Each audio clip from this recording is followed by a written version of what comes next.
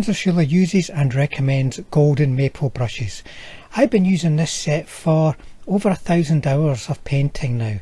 As you may know, I'm a full-time painter, so I need brushes that will be able to tackle a wide range of challenges and be long lasting and give nice, tight, accurate results. And these synthetic golden maple brushes hit the nail right on the head for me here. So if you're a wargame painter like I am and you're looking for affordable and durable brushes, check the link in the description below for this set on the Golden Maple website, and there is a discount code down there too if you do decide to go ahead and purchase. Welcome back to the channel, folks, and to look at another set of sort of mixed bag of completed projects for different clients. We've got classic figures all the way though here. So I thought it'd be a great opportunity to share these with people, for you who want to just reminisce on what the kits used to be like, and maybe for the newer players for a look at how some of these box sets used to be presented with the individual sculpting and also the old observer figures, command figure, staff teams and things like that. So what we're going to be looking at today is a Panzer box. That's the Stug and a Panther. Then we have the old box set of Panthers. That's with the unique sculpting across most of them. Looking at 4 Flame Charbies. Not a box set as such, but an old chunky old figure that isn't around yet, but you never know, it might be out for early war for the French. I'd imagine they want a Charbie, so the Flame version for the Germans might be an option. Then we've got the M5 Stuart box set, once again with individual sculpting on the hulls and the turrets. And finally the artillery unit, the M12s. These old box sets across all different kinds of artillery would always come with, if it was vehicles, then it would come with the crew. Sorry, these guys actually have crew, but it would come with like staff teams. The crews would go inside the vehicles, observers and so on, and the stationary guns would come typically with the sculpted bases that were also very, very nice. So let's have a look at these individually.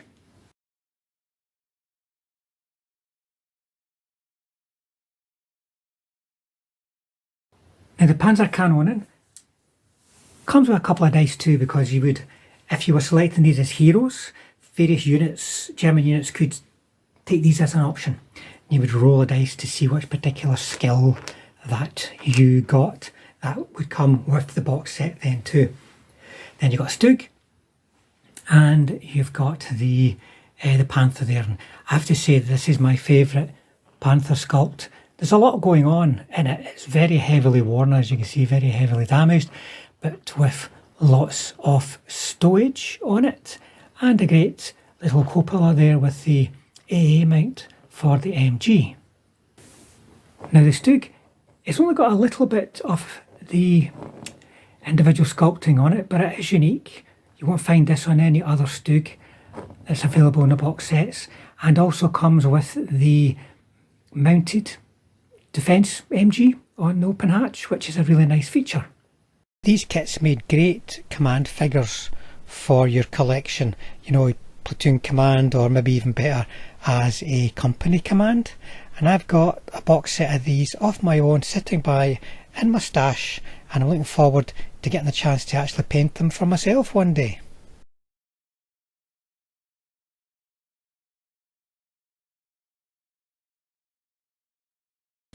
Now the Panther box, it's got lots of individual sculpting, and you can see there's lots of like damaged Zimmerit and such like, which is a really nice characterful little piece of detail that you would see on historical images of Panthers in action.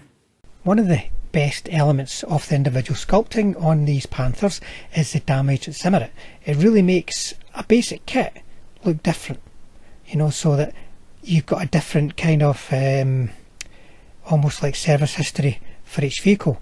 Now whilst these are specially sculpted, you don't have to rely on that yourself, and if you check out the link in the description below, it'll take you to a video where I damaged the Zimmerit on these new plastic tigers, and you'll also see how I paint the camo as well, which is also relevant for the Panthers that we're covering in this video.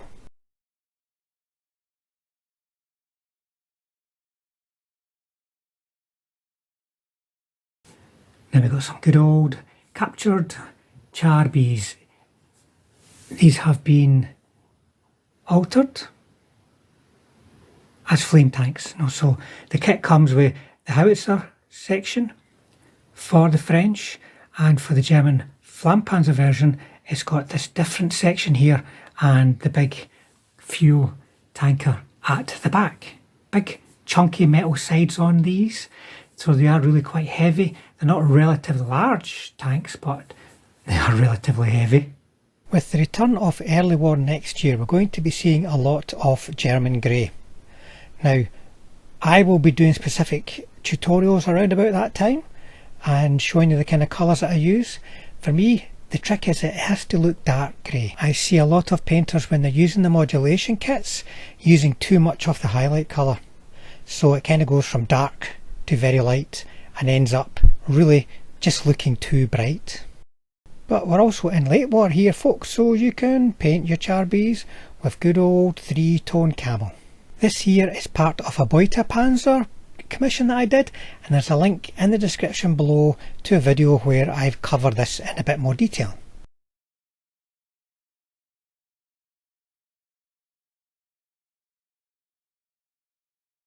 Now the old set of 5 Stuarts, that came with lots of individual sculpting, lots of stowage on the figures, with some interesting command type figures too. There's one there, for instance, firing the anti-aircraft MG, and lots of stowage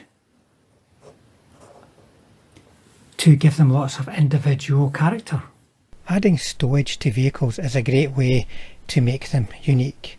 Now I don't have a specific video I can refer you to here, but it is something that's very simple to do with a little bit of green stuff, or perhaps some little bits of stowage that you get off kits.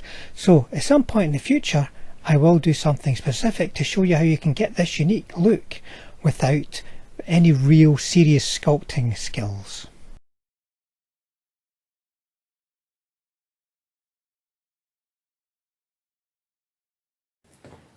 The M12's really heavy artillery, folks.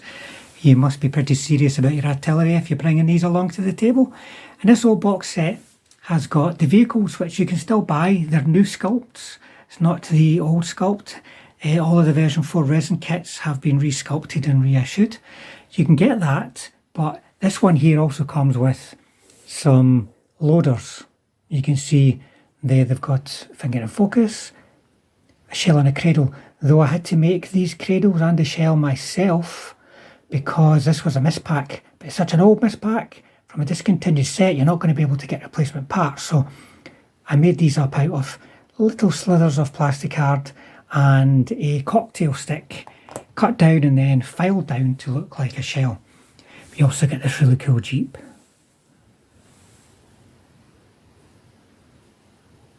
Very nice with the stowage all over it, the passengers, and then of course the staff team, command team, dismounted observer team.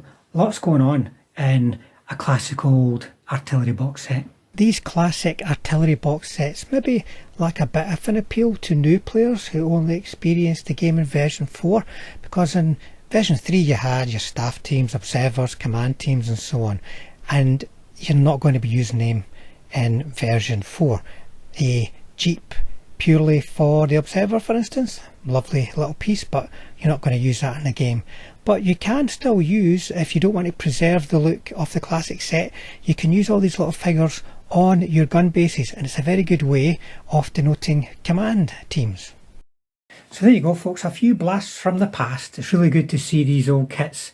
I do like a lot of the new kits that are out there, the plastic kits, especially the like the gun teams, you know, static gun teams. They're so much more durable and easier to put together than the old metal guns. But these are great looking kits. You can still get this level of individuality through the addition of stowage, battle damage and so on. That can all be done. It's all a great modelling challenge.